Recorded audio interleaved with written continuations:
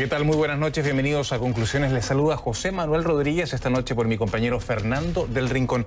Hoy nos vamos a saltar las 5 del día para atender a 3 temas de actualidad. Primero, los fuegos en el Amazonas, que son titular a nivel mundial, y nos va a acompañar una invitada de lujo. Se trata de Marina Silva, exministra de Medio Ambiente de Brasil y también en su día ex candidata presidencial. Después vamos a hablar de México, sobre el asesinato a Nevid Condés Jaramillo, creador de la página El Observatorio del Sur. Fíjese que ya son 12 los periodistas asesinados este año en México, según la Comisión Nacional de los Derechos Humanos. Y el tercer tema se trata de Argentina. El candidato kirchnerista a las elecciones presidenciales, Alberto Fernández, dice que es muy difícil calificar al gobierno de Venezuela como dictadura porque fue elegido y las instituciones están funcionando. Si le parece, comenzamos.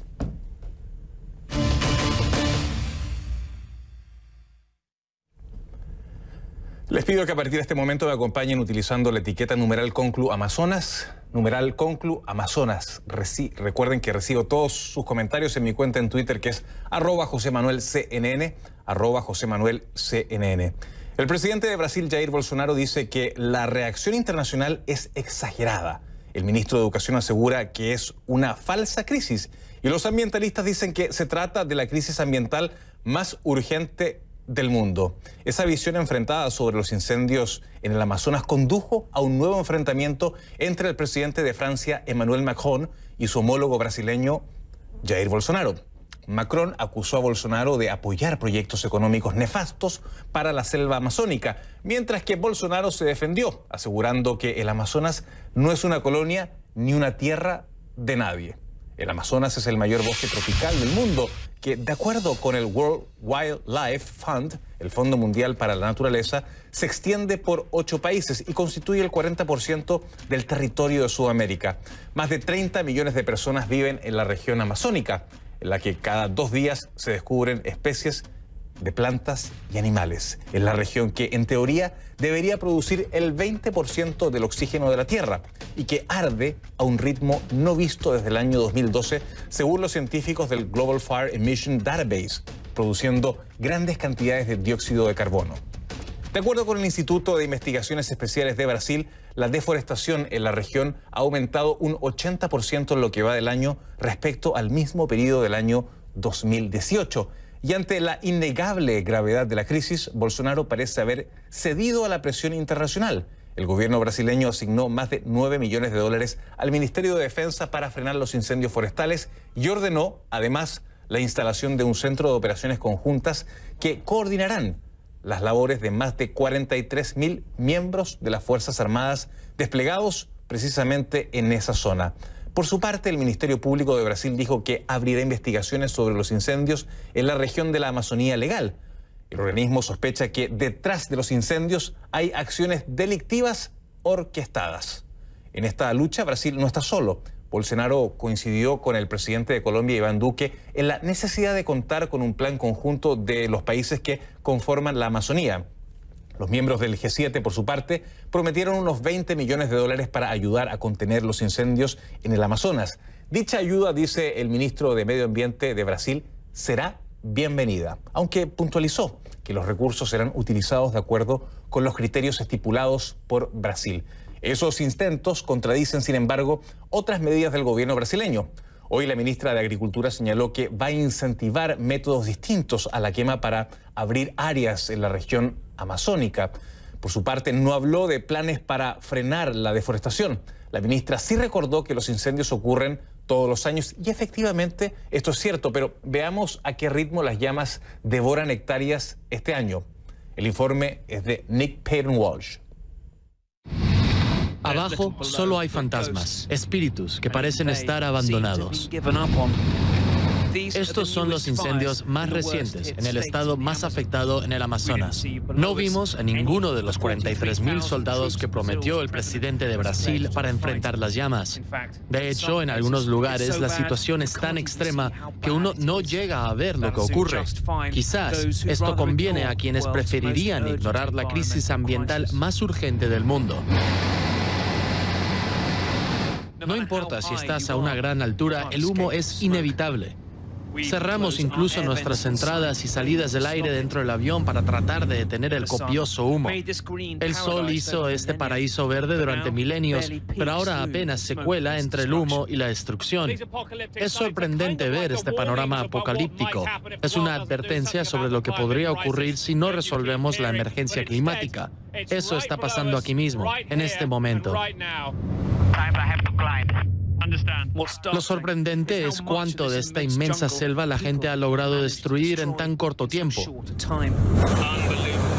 Tenían ayuda, los incendios provocados y los que ocurren naturalmente por el calor seco, pero que suelen tener su pico máximo más avanzado del año.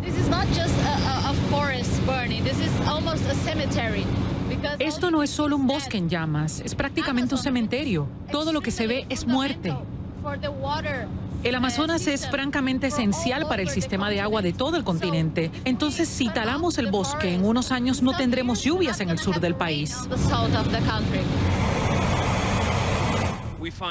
Hallamos otra zona. Aquí el daño es reciente y fácil de ver.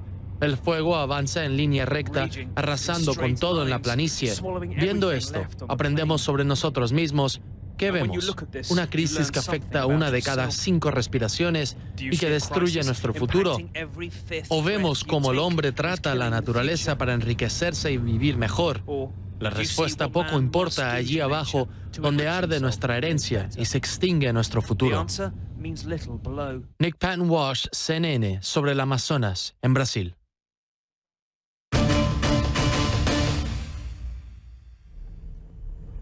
Vamos con mi invitada, le doy la más cordial bienvenida a Marina Silva, quien dirigió el Ministerio de Medio Ambiente por 5 años en Brasil durante la presidencia de Luis Ignacio Lula da Silva. Ella nos acompaña desde Quito, Ecuador.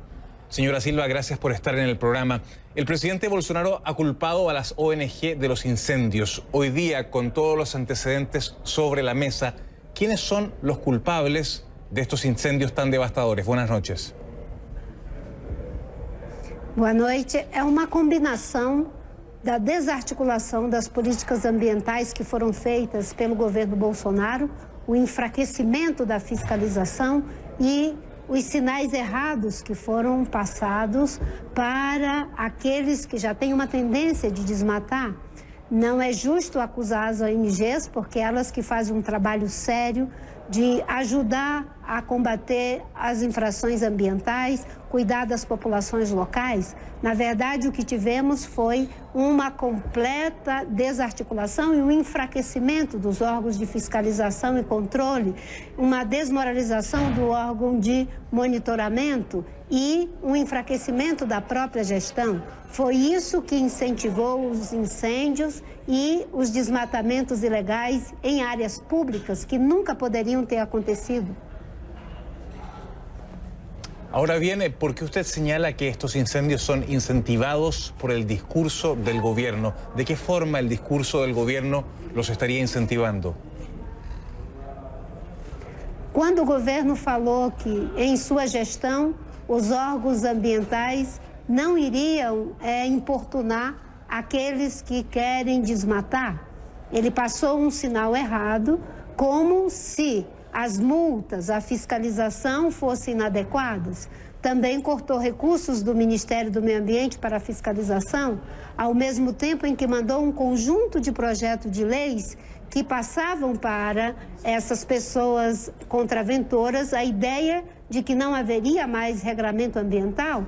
Mandou para o Congresso um projeto de lei que dizia que não precisava mais licença para desmatamento, que enfraquece as legislações para a proteção dos povos indígenas. A mesma coisa fez em relação à questão de desmoralizar o órgão de monitoramento por satélite. O discurso, a prática e a falta de compromisso é que levou a essa situação. Mas o mais importante é compreender que nesse momento tem uma reação da sociedade brasileira. Nem todas as pessoas do agronegócio são contraventores. Existem pessoas que fazem certo e a sociedade brasileira não concorda com o que está acontecendo e já estamos nos mobilizando.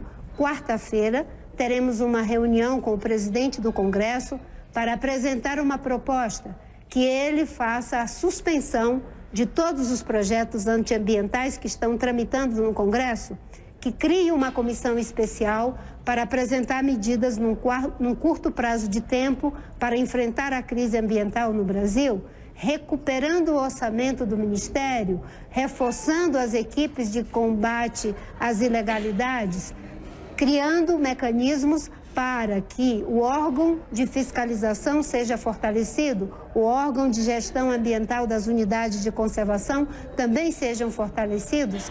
Com essas medidas emergenciais, nós teremos condições de fazer um processo estruturante. Quando fui ministra, logramos, com um plano de prevenção e controle do desmatamento, reduzir por 10 anos o desmatamento em mais de 80%. E isso é possível. As metodologias existem, é só reativá-la, porque elas foram desativadas no governo de Bolsonaro. Para terminar, durante su gestión en el Ministerio de Medio Ambiente, la deforestación registró una disminución significativa. ¿Qué cambió precisamente en estos pocos meses para llegar a la situación en que estamos hoy?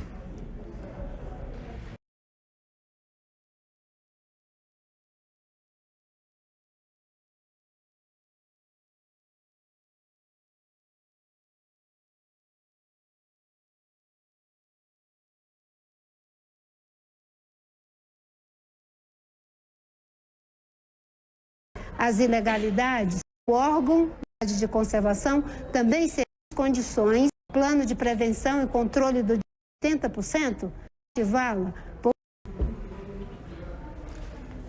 Para terminar, durante su gestión en el Ministerio de Medio Ambiente, la deforestación registró una disminución significativa. ¿Qué cambió precisamente en estos pocos meses para llegar a la situación en que estamos hoy?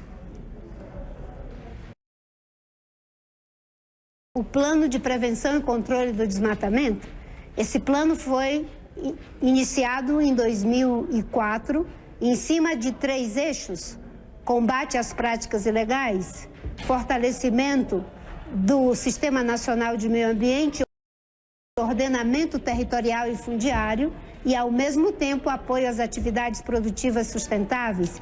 Em cima desses 3 eixos, logramos, com operações de inteligência da Polícia Federal, do órgão ambiental e de um severo controle em relação à cadeia ilegal de produtos na Amazônia, lograr uma redução do desmatamento em mais de 80%, evitando lançar na atmosfera mais de 4 bilhões de toneladas de CO2. Foi um esforço que é reconhecido no mundo inteiro.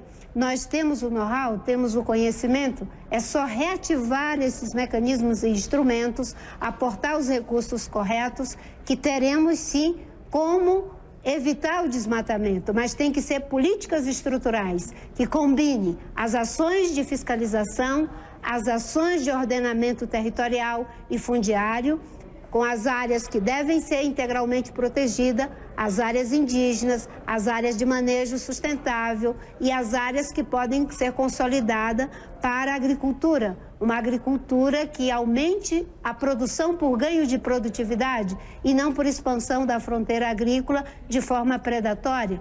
Com essas medidas logramos reduzir desmatamento e, com essas medidas agora sendo abandonadas, nós tivemos uma situação que o resultado é esse que estamos vendo. Marina Silva, exministra de Medio Ambiente de Brasil, gracias por estar esta noche en Conclusiones. Nosotros ya regresamos con México, el país más peligroso para ejercer el periodismo. Asesinan a 12 periodistas en lo que va del año 2019. Y también, en Argentina, el candidato peronista a las elecciones presidenciales, Alberto Fernández, dice que es muy difícil calificar al gobierno de Venezuela como dictadura porque fue elegido y las instituciones están funcionando.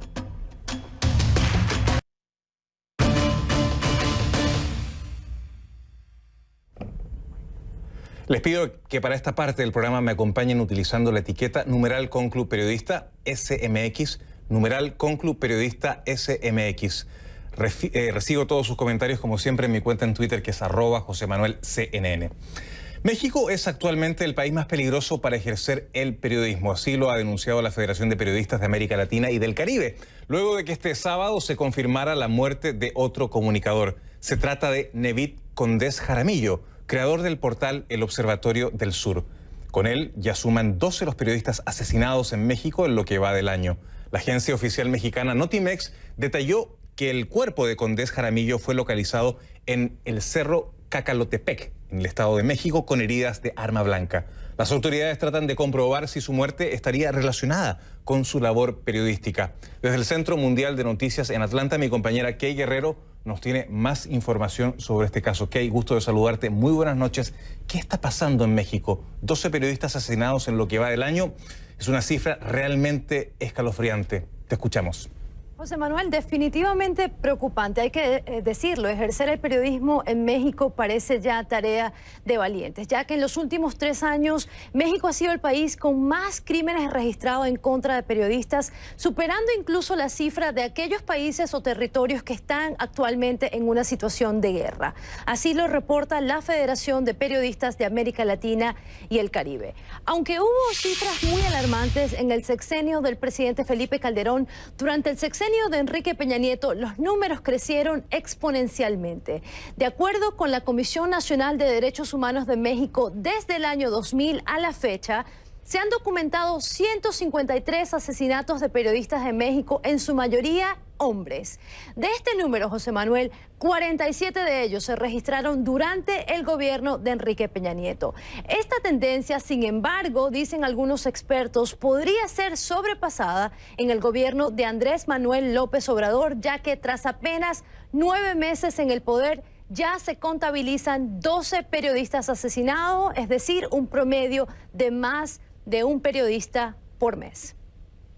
El presidente López Obrador no se ha pronunciado, pero las fiscalías regionales han dicho que están investigando las causas de estas muertes. El caso más reciente, como tú lo decías, es el del periodista Nevid Condés Jaramillo, asesinado el 24 de agosto en el Estado de México.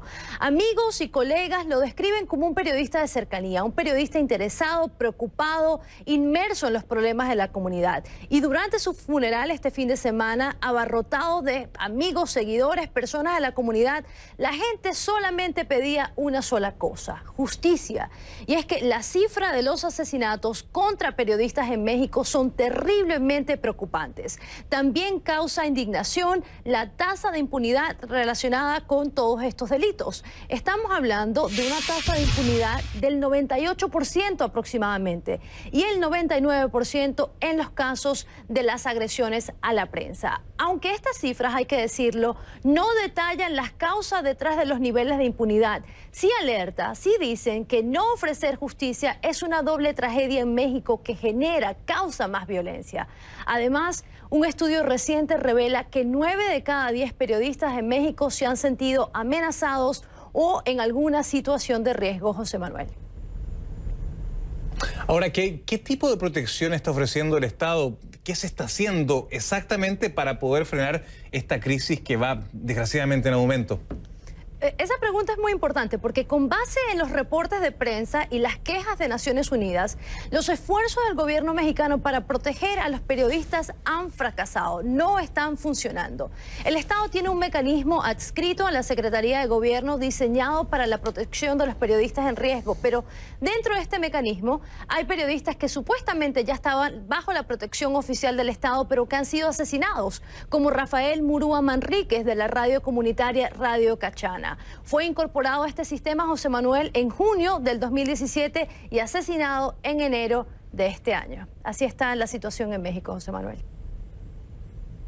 Una situación realmente triste y escalofriante. Gracias, Kay Guerrero, por tu completísimo reporte desde el Centro Mundial de Noticias en Atlanta. Buenas noches para ti. Buenas noches, José Manuel.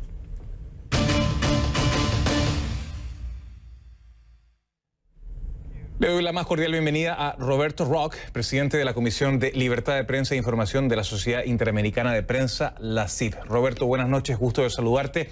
Van 12 periodistas muertos desde que asumió Andrés Manuel López Obrador. Fue el 4º asesinato en este mes. En el caso de Nevid Jaramillo, su muerte se está investigando, podría deberse quizás a que investigó demasiado el crimen organizado. Esta es una de las teorías más importantes a la hora de investigar este caso. Sí, José Manuel Rodríguez, muchas gracias, buenas noches. Mira, hemos un grupo de medios de comunicación mexicanos que hemos empezado a trabajar conjuntamente para investigar estos casos. Desplegamos a periodistas en la zona donde ocurrió este ataque de Nevid Cortés Jaramillo.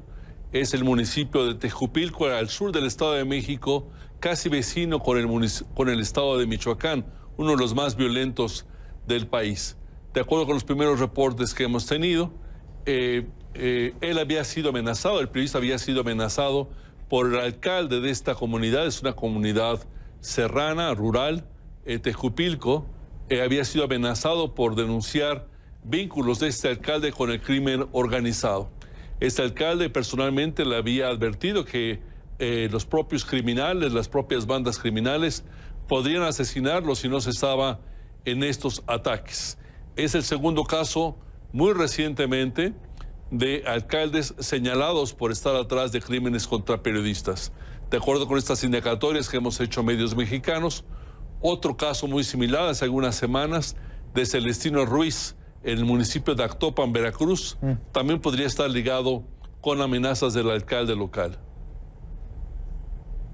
¿Por qué estos crímenes suelen quedar en impunidad? Mi compañera Kay Guerrero decía recientemente en su completísimo informe que el 98% de los crímenes quedan en total impunidad. Y se lo pregunto porque la misma CIP ha impulsado el proyecto Impunidad de la mano de Alberto Ibargüen a la cabeza, y aún con el apoyo de la CIP en muchas ocasiones, desgraciadamente no se encuentra la justicia. Sí, la propia CIP va a desplegar una misión de editores internacionales el 9 y 10 de septiembre, en unos cuantos días más. En México, estará en la Ciudad de México. Hemos solicitado una entrevista con el presidente López Obrador para expresar por parte de esta misión la preocupación, la inquietud de la falta de capacidad del Estado mexicano para indagar, para esclarecer estos casos. Hay, como se reportó por parte de ustedes, 152 casos de asesinatos desde el año 2000 y 21 desapariciones de periodistas ya. Creo que estamos frente a una falla sistémica de la justicia mexicana, con un grado de impunidad enorme, no solamente en el caso de los periodistas, pero muy notablemente en estas situaciones donde no se detiene a veces a los autores materiales, mucho menos a los autores intelectuales de estos ataques. Y como se reportó también, falla de manera muy evidente un mecanismo de protección, un mecanismo federal de protección a periodistas bajo amenazas, creado en 2005, que ha atendido a cientos de periodistas, pero que recientemente ha enfrentado problemas de escasez de fondos. Justo el día de hoy se conoció un reporte de la ONU alertando sobre la debilidad de este mecanismo en un entorno particularmente desafiante. Ahora bien, ¿este mecanismo está fallando por razones técnicas o por razones de financiamiento o ambas?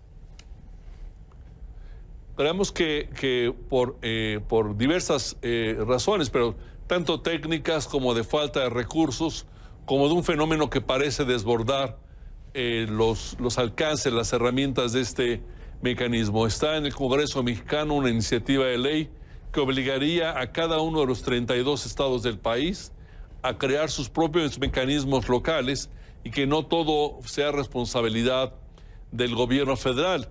Nosotros hemos reportado como periodistas que muchos gobiernos estatales voltean hacia otro lado cuando un periodista en sus estados, en sus demarcaciones, es asesinado. Creo que debe ser una tarea colectiva, pero conducida, liderada por el gobierno López Obrador. A partir de estos hechos vamos a comenzar a ver una peligrosa autocensura por parte de los periodistas y comunicadores, y quisiera preguntarle, si esto es así, ¿cuán peligroso sería esta situación para la democracia? Porque la autocensura me parece una pésima noticia para la democracia y la libertad de expresión, por supuesto. Ciertamente, estamos enfrentando desde hace por lo menos 10 años un número creciente de asesinatos contra periodistas. A resultas de eso, yo diría que hay una triple tragedia.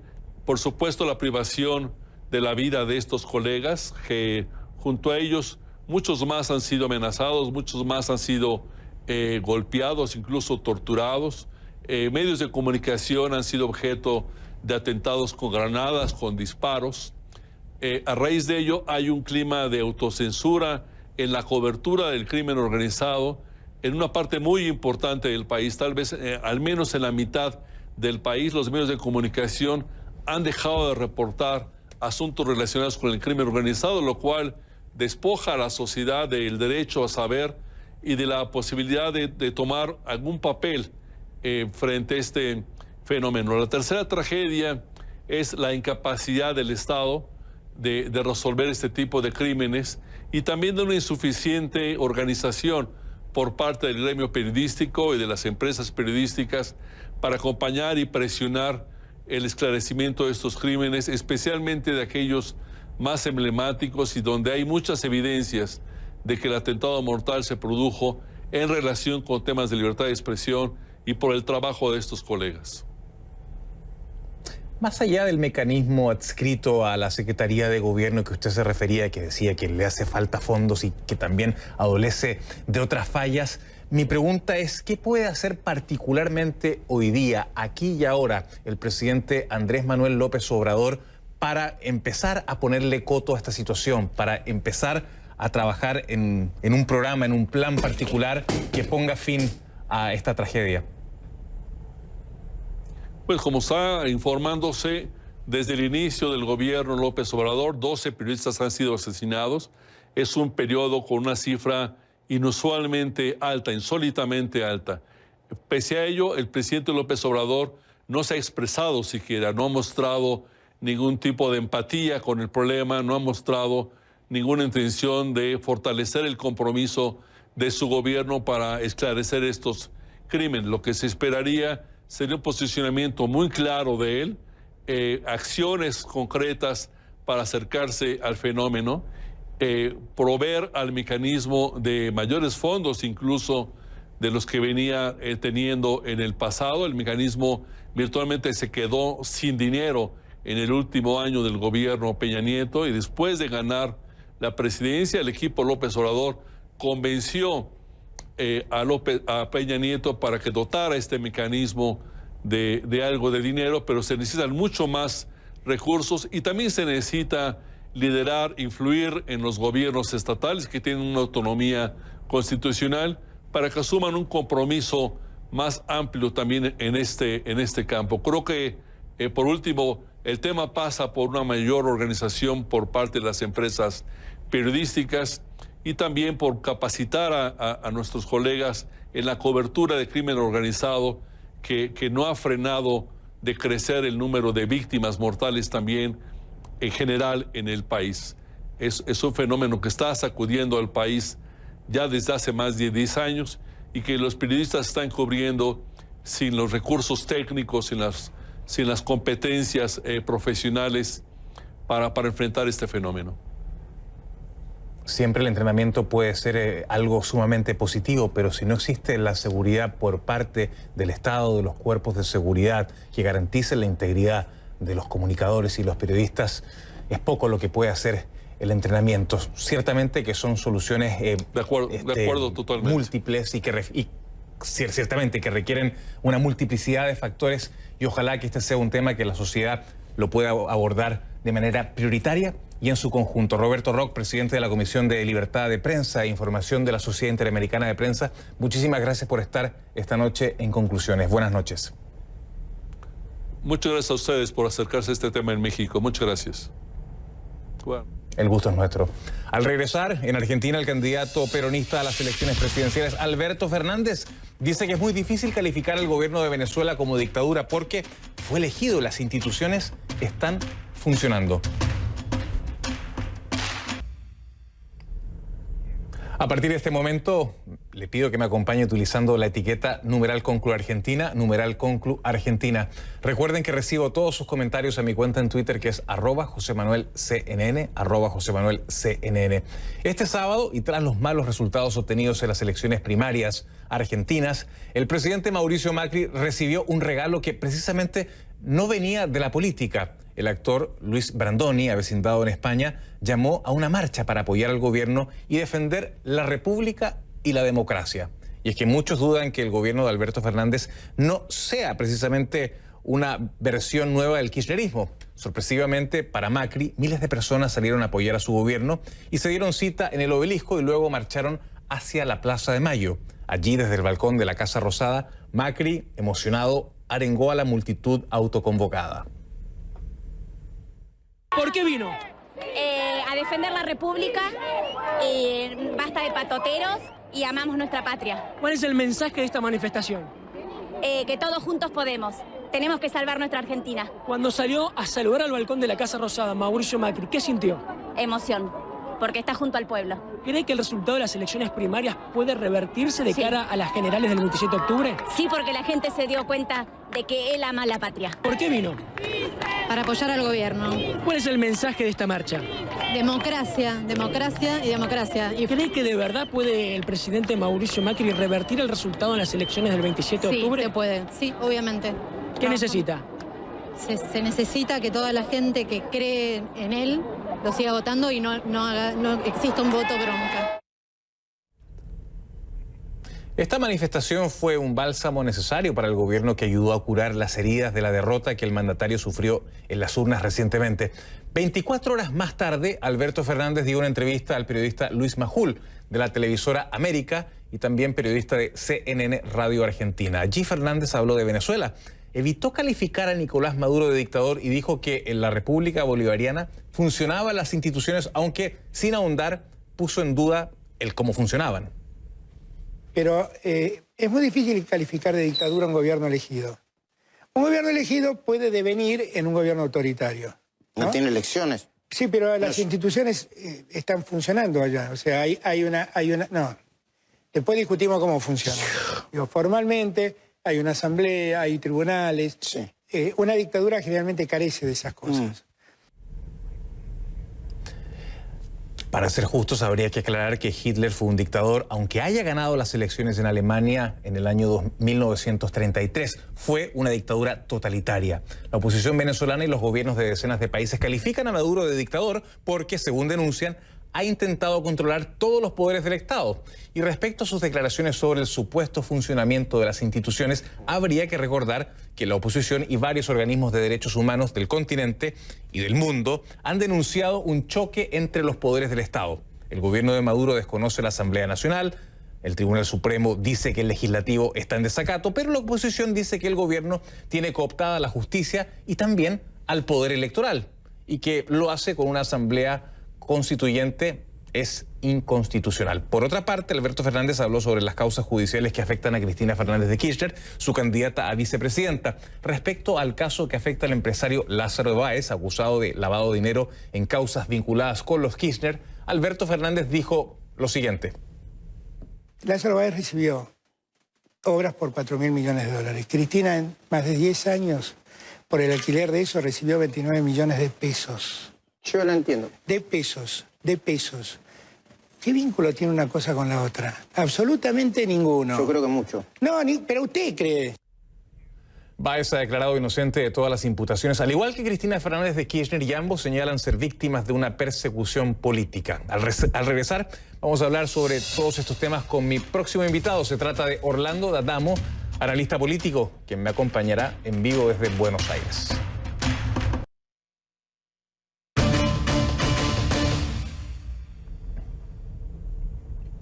Saludo cordialmente a Orlando D'Adamo, analista político, me acompaña en vivo desde nuestros estudios en la ciudad de Buenos Aires. Orlando, decir que en Venezuela las instituciones funcionan, digamos, aunque no aclara cómo y dice que el cómo está en entredicho, y decir que Venezuela y el gobierno de Maduro no es una dictadura porque el gobierno ganó las elecciones, deja un tanto que desear sobre la posición particular de Alberto Fernández.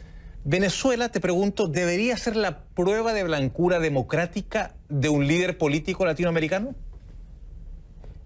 Creo que hoy en día es un parámetro clarísimo sobre el cual se dividen las aguas muy decididamente. Y creo que lo que ha dicho Alberto Fernández en algún punto refleja la tensión interna que él tiene con este y otros temas, como el tema de los jueces, como el tema de los medios de comunicación, hacia el interior de su fuerza política, donde hay gente que claramente simpatiza con el chavismo. No nos olvidemos de la enorme relación que hubo entre Cristina Fernández y Chávez en su momento, y que Maduro recibió la máxima condecoración que otorga la nación argentina a un mandatario extranjero. Por lo tanto, esta situación que él tiene es que tiene que navegar entre dos aguas, donde puede decir, bueno, quizás es autoritario, pero no es dictadura, y lo que ha provocado es una fuerte reacción de la colectividad venezolana argentina, que ha crecido en los últimos años enormemente. Estamos hablando de cerca de 200.000 personas que le están diciendo en las redes sociales justamente todo lo contrario.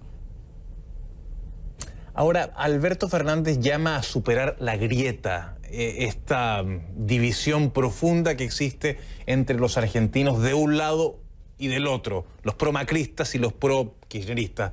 Pero ¿cómo se puede superar la grieta si para él Cristina Fernández de Kirchner es inocente de todos los delitos que se le imputan en los temas de corrupción?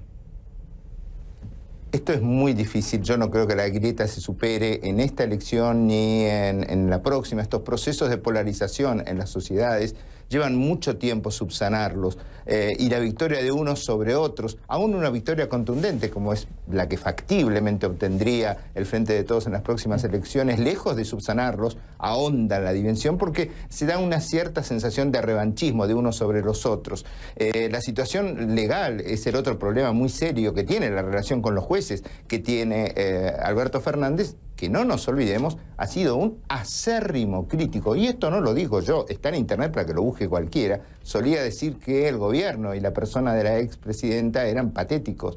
Entonces él tiene una dificultad allí con su pasado reciente, con la situación interna del partido, que el peronismo tiene una enorme capacidad para organizarse alrededor del poder, para buscar la mejor manera de acceder al poder. No va a repetir, de hecho no lo está haciendo para nada, el error de 2015 de ir fraccionado, pero esto no significa que sus internas estén resueltas. Y este tema, el tema de los jueces, el tema de la relación con los medios de comunicación, las estrategias económicas que se tomen para salir, si es que finalmente es electo presidente a partir de diciembre del 2010, van a empezar a generar, yo diría que antes de que asuma el poder, si es, insisto nuevamente en que es electo el 27 de octubre, cortocircuitos internos, y los vamos a ir viendo poco a poco, porque no todos piensan igual dentro de su espacio político. Lejos de eso, hay posiciones muy contrastadas. Es que precisamente si algo le falta a Alberto Fernández son definiciones, porque en su coalición, el Frente de Todos, coexisten dos sectores que son muy diferentes. Está el sector kirchnerista, que ya sabemos lo que piensa, porque gobernó, digamos, en el segundo gobierno de Cristina Fernández de Kirchner, y fue muy claro, cepo cambiario, sabíamos lo que pensaban sobre Venezuela, los postulados económicos, lo que pensaban, digamos, sobre el orden mundial, sobre la relación con la Unión Europea, etcétera, etcétera, Estados Unidos. Pero por otro lado está el sector de Sergio Massa. Entonces uno se pregunta, finalmente, ¿qué sector va a prevalecer? Si el sector de la izquierda kirchnerista o este sector de casi centro derecha encabezado por Sergio Massa, y al que Alberto Fernández estuvo coqueteando los últimos, no sé, los últimos años. Sí, yo diría Sergio Massa y la vinculación con el grupo de gobernadores que siempre mantuvo el justicialismo en una cantidad muy importante en Argentina, que tampoco son específicamente kirchneristas. La verdad, gobernadores kirchneristas hay muy pocos. Uno es la hermana del expresidente fallecido Néstor Kirchner, y algún otro más que los podemos ubicar allí. El resto son peronistas más convencionales. Es decir, internamente va a haber una tensión muy importante, y él elige estas definiciones que podríamos definir de ambiguas, y que en el punto de vista no están tan mal en función de la perspectiva de campaña, porque le permiten evitar entrar en conflictos y dejar que el gran conflicto, porque es la estrategia en todas las campañas, establecer la agenda temática de la campaña que sea la más favorable a la postura de cada parte. El gran conflicto es la situación económica actual. Entonces es como que de esto no se habla, pero de pronto, en una entrevista, frente a alguna situación que puede suceder en el exterior. Recordemos que Alberto Fernández va a tener que eventualmente convivir con Bolsonaro y Donald Trump. Esta no es la Sudamérica de Dilma, Lula, Rafael Correa, Chávez. Esto ha cambiado mucho el panorama. Le queda Evo Morales como alguien cercano nada más, y no sabemos lo que puede pasar en Uruguay ese mismo 27 de octubre. O sea que hay pequeñas situaciones que rápidamente marcan las diferencias. Él dice que habla por Cristina, que lo que él dice es lo que Cristina dice. Ahora, solamente leyendo el libro de Cristina, sinceramente, así se llama el libro, la verdad es que no parece ser que esto sea lo que ella sostiene. Y está el tema del fiscal Nisman, que este fiscal que murió en situaciones muy poco claras hacia el final del gobierno de Cristina Fernández, que también es una divisoria de aguas hacia la interna del partido.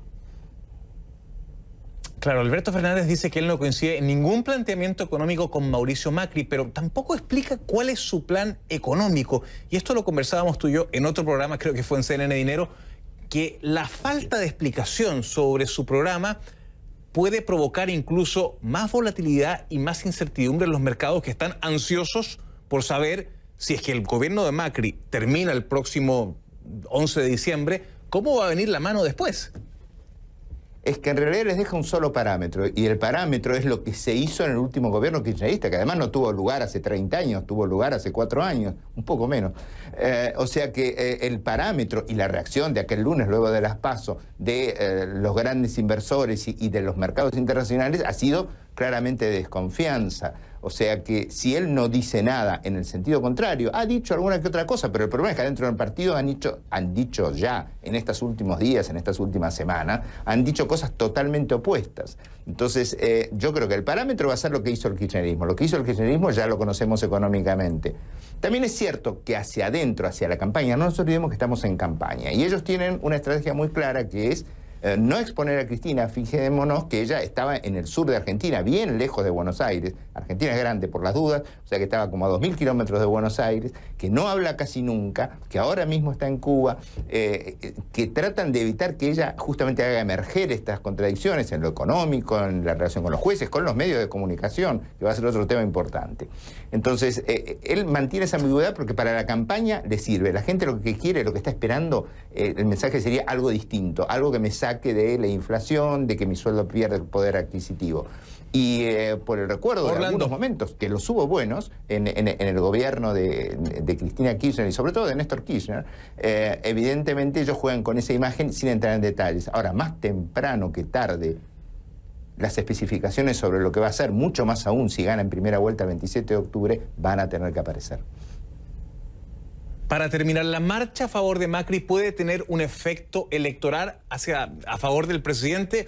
Yo tengo mis dudas, creo que es importante porque esta marcha de alguna manera le está dando a Alberto Fernández un mensaje de que va a tener una oposición que va a estar dispuesta a salir a las calles, pero te lo pregunto, ¿esta marcha puede tener un efecto electoral a favor de Macri de cara a estas elecciones generales del 27 de octubre? Lo más valioso de la marcha ha sido que fue organizada, como bien explicabas anteriormente, desde afuera, que la gente no fue llevada, no la llevaron ni en ningún tipo de vehículo, ni le ofrecieron ningún beneficio, como a veces sucede en Argentina, muchas veces, por participar de la marcha, fue espontánea. Y yo creo que sobre todo va a tener un efecto en la campaña. Yo creo que la marcha marca algo que yo vengo diciendo ya de hace tiempo, la última vez que hablamos y en otros espacios, lo he señalado también, de que la campaña tiene del oficialismo, si quiere tener alguna chance de algo, como por lo menos recuperar algunos votos más para la primera vuelta y evitar una victoria en primera vuelta, tiene que ir por un camino diferente que no sea solo el marketing político que le permitió mantener su núcleo duro. O sea, yo no creo que tenga un gran efecto electoral en principio. Lo que sí creo es que ha sido una señal, porque esto no fue organizado desde el gobierno, los que llevan la campaña no creen en este tipo de acciones, y a lo mejor este es un momento para replantearse si no habría que buscar una campaña más convencional, más que vaya por otros lugares más tradicionales, y la marcha en ese punto ha sido una demostración y una señal de que hay gente que todavía cree y que tenerla movilizada puede ser favorable. Ciertamente que, claro, ahí cambia la tesitura política. Ahora bien, recibí una encuesta recientemente, creo que no era tuya, precisamente fue esta mañana, en la cual los indecisos estarían, digamos, inclinándose mayoritariamente por Alberto Fernández, lo cual es una mala noticia para el sector de los macristas, ¿no? Absolutamente. Yo sinceramente creo que se dé vuelta esta tendencia sería algo histórico. Pocas veces en la historia de las campañas electorales uno ha visto estas vueltas de campana, ¿no? De estar 15 puntos arriba y perder por 2 o por 3 o achicarse, que sería en este caso por lo menos lo necesario a menos de 10. No parece ser el escenario, porque además hay dos cuestiones que no podemos soslayar. Por un lado, el aumento del dólar tiene impacto inflacionario, o sea, lo que pensaba el gobierno de llegar al 27 de octubre con la inflación en declive, tal como vino hasta que el día de las elecciones pasó, ya no va a poder suceder. Esto va a tener un impacto, no se sabe si de un punto y medio más de lo que se esperaba, lo que estamos hablando de un 4 o 5% mensual, esas cifras que solo en Argentina podemos concebir, que es la inflación de 2 o 3 países juntos en un año. Por lo tanto, la gente va a llegar con su salario otra vez disminuido por inflación, va a llegar con un dólar mucho más alto, no parece factible que se dé vuelta la tendencia. Va a llegar enojada, Orlando. La gente vota en las PASO como en la primera vuelta. Por lo tanto, sería francamente un milagro. Pero bueno, en política 2 más 2 no es 4 y en Argentina menos. En Argentina menos. Rosendo Fraga siempre me dice, en Argentina con frecuencia ocurre lo improbable. Exacto. Exacto. Orlando Adamo, gracias por estar esta noche en Conclusiones. Orlando Adamo, analista político, me ha acompañado en vivo desde Buenos Aires, analizando precisamente la coyuntura política de ese país de cara a las elecciones. Hacemos una pausa y ya regresamos con más de Conclusiones. En tiempo real recibo sus comentarios en mi cuenta en Twitter, @JosemanuelCNN. En un minuto regreso con la parte final de Conclusiones.